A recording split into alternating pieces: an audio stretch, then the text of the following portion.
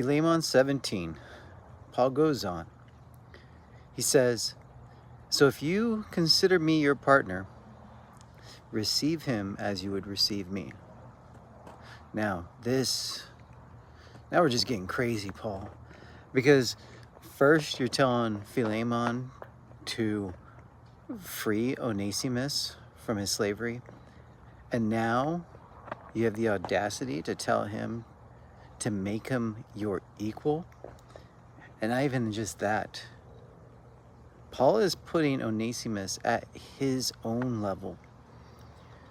We're talking, a free citizen of Rome.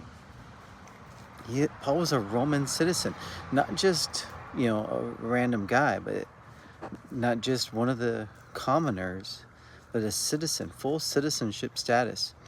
Because now Onesimus has that full citizenship status. You can see why this was a problem for slave owners.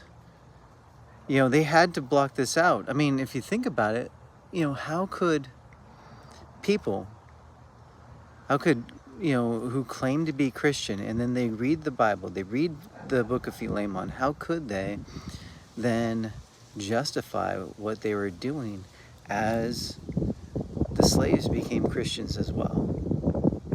And this sort of thinking, this is what led William Wilberforce to do what he did. I mean, he was the champion because of his love for Christ. He was the champion of ending the slave trade in the Atlantic.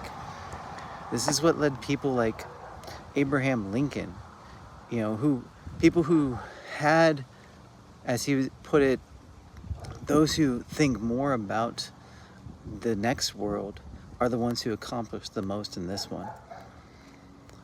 And so we see this happening here. And now this still rings true today as importance today, that those that we see who come to Christ, who were like never before were able to, how could we consider them really people? No, Paul says put them at the same level as him. Imagine all those. There's no way that person could become a Christian. Convicted mass murderers. We're talking people who sold their bodies, things like that.